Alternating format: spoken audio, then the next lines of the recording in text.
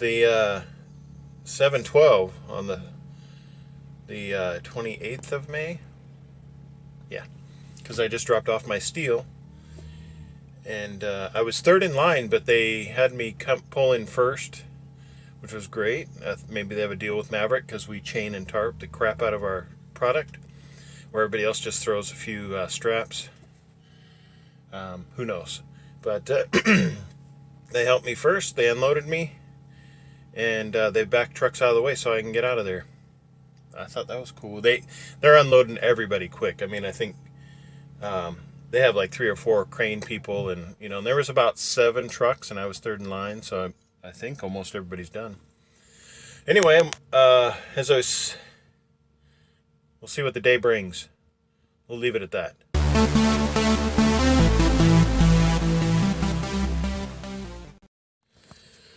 So I should get something to hold my camera. Oh wait, I do.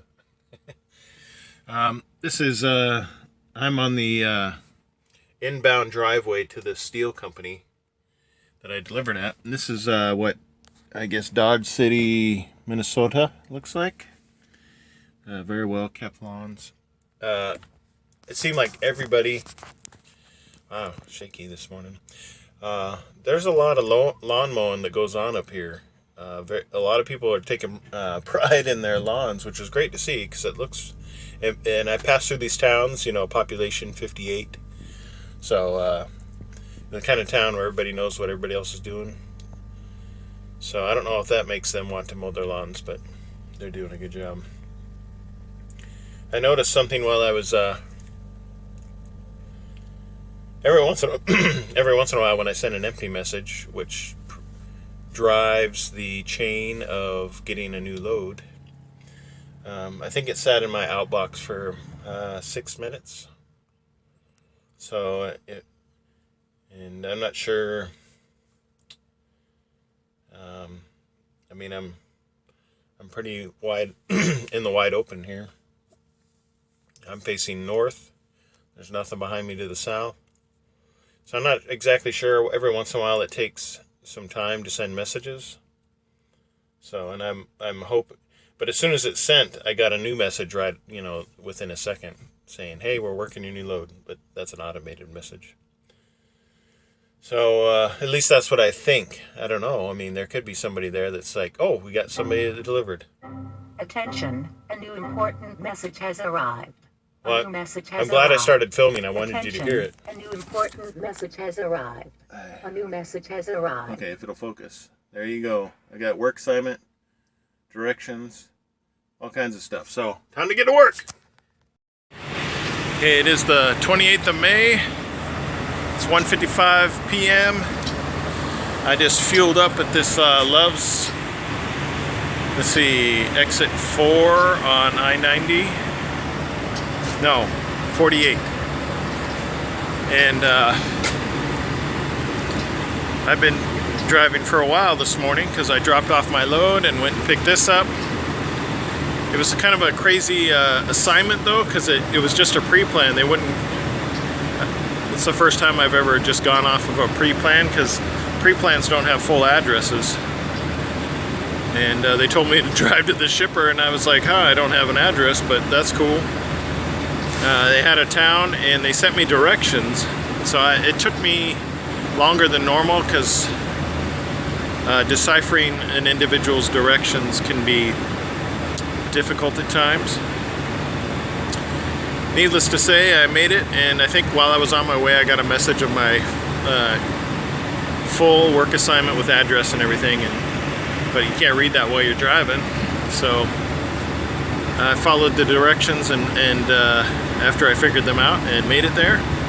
I've got, maybe hard to tell, I've got, I think it's like a slightly larger than 1/4 inch thick sheet steel, and it's 46,550 pounds supposedly. It could be off a few pounds, it always is, plus or minus. And so with this one, I don't know if you can see all the chains I have. I've got 1, 2, 3, 4, let's see, 5, 6, 197, and some may say, wow, that's kind of overkill because that covers 56,000 pounds. But what I did is I put 4 chains over the top, and then I've got a cross chain, 1 across the back and 2 across the front. So I guess I could have taken one of the chains out of the middle and still covered, because they count as covering the weight, but at least that's my understanding. And you can see the humps in the top. Those are where my snap binders are. And I've got a ratchet binder and 2 ratchet binders up front. And it went together pretty well. I've got a canvas tarp. You know, the directions don't necessarily tell you your instructions to put on a canvas tarp, but anytime I'm putting on steel tarps over steel corners like this, those things wreak havoc on your vinyl tarps. So I put canvas tarps on there to, and that's what I think what they recommend, is that you do that in order to protect your steel tarps. So I mean, you can see I got quite a bit of deck space on the back and about the same on the front because it's loaded in the middle of my trailer. And so if you, I guess if you wound that up, you know, you could make a coil out of it if you wanted to, because that's how it started out. You know, these things start out as coils and then they go to places and they get turned into sheets, you know, flat sheets, and then taken to other places to get turned into whatever they make out of it. You know, it's all about making stuff. I'd be up near my cab, but they don't have an EPU. They got the noisy. They're either running their truck or their APU. And I don't, you know, like an electrical power unit may be deceiving because it's really not it's really just a bank of batteries. So I have extra electrical whenever I need it, and it lasts like 2 to 3 days. So I mean, I think it's the ideal system because it's quiet and it gives me comfort. Let's see.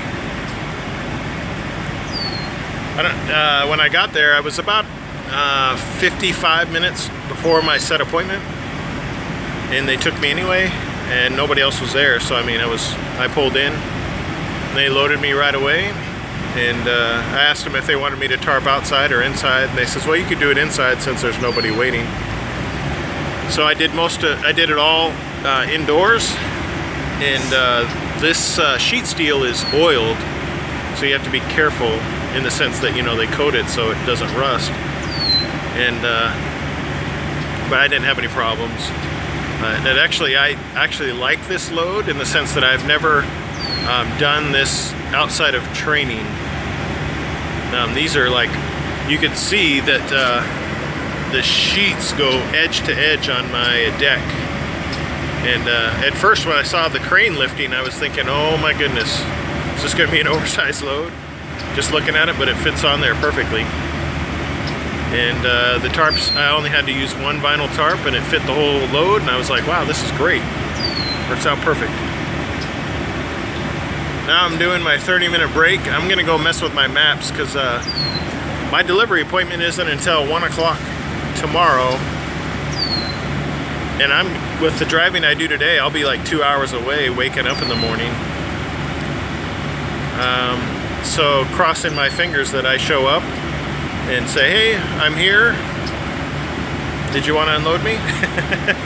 Or do you want me to sit here for 6 hours and wait to be unloaded? So, which I've done before. I think they're having issues with the Omnitracks. I got a lot of test messages today. And also, I had my work assignment. When they sent it to me, they were unsure of, or they said they weren't sure on the schedule because my hours. And I don't know how that could have been an issue other than the system not reporting it correctly, because I just started my day, like I used 1 hour, and it wasn't even driving time. So I think the Omnitrack system is they're working out some issues right now. So we'll see. This is going to someplace in Indiana. And every time we go through Indiana, we get a message when we're taking a load too. And here, oh, I gotta get my keys out. So he's working a fridge, as we would call it. Oh my goodness. Temperature control. He's got that running, and his truck. You would think that for that they would be able to utilize the power off the motor of the temperature control unit to power any functions they need inside the truck, because that would just make sense, because it's a motor and it's cranking out power and air conditioning. So I don't know what else they would need. It's probably one of those new advancements that'll be coming, 60 years from now, when they finally figure out common sense. But who knows? I don't know what I'm talking about, so I just make this stuff up. Anyway, you can kind of see the luck. I lucked out on fuel. They have 2 of the islands here that are out of commission, so I got lucky on my line. Otherwise, I thought I'd be using up a lot of my time. And, Home. Messaging. Shut up, you're not my real mom. I got 18 minutes done on my 30-minute break. And watching other drivers stuff their faces like I should be doing. And I got a little less than, a little over a minute left, I think, that I'll record on this. And be on my way to Indiana. I might stop. Sometimes I have trouble speaking. So I may stop at the Gary, Indiana yard. I'm going to mess with my GPS. And because I think this goes right by the Gary, Indiana yard. And I may stay there tonight. So depending on time and how long it's going to take to get there. I got the AC running in the back. Can you hear it? No, you can't, because it's an EPU, and that's why they rock. Let's see. Any noise you're hearing about of truck in nature is from the vehicles around me. Anyway, that's it for today. We'll see where we make it. I'm at exit 240 off of Interstate 65 in Indiana. It is 7:43 Central Standard Time. I've been here for 5 minutes. And this Flying J has got the biggest parking lot I've seen so far. It looked crowded up front, but you come into the back and there's just hundreds of open spaces, which is what I like to see. And then I don't mind walking, so. But I'm like, let's see, did I leave it on? Yeah, 2 hours and 4 minutes away from my destination. So I could get up at 5:44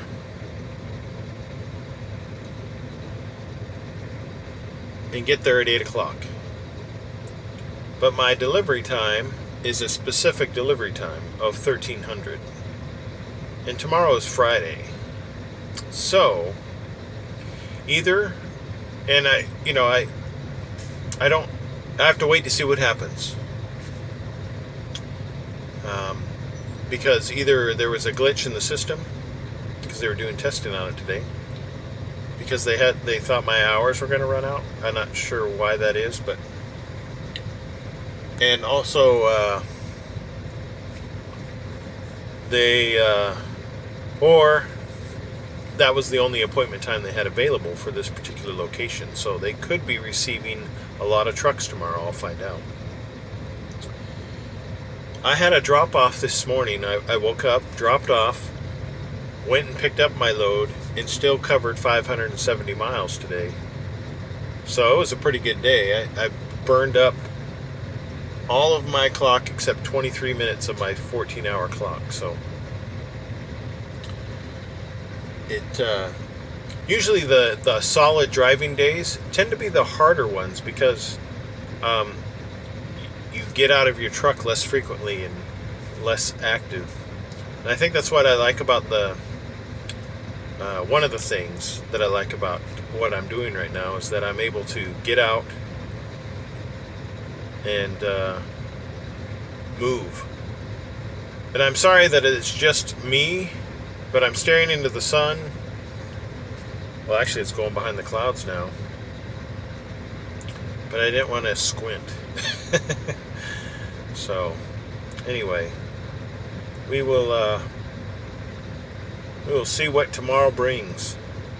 We'll close this day out and wonder what the heck is going to happen tomorrow. Because nothing makes me happier than making it home. And so, yeah, we'll see what happens tomorrow. Oh,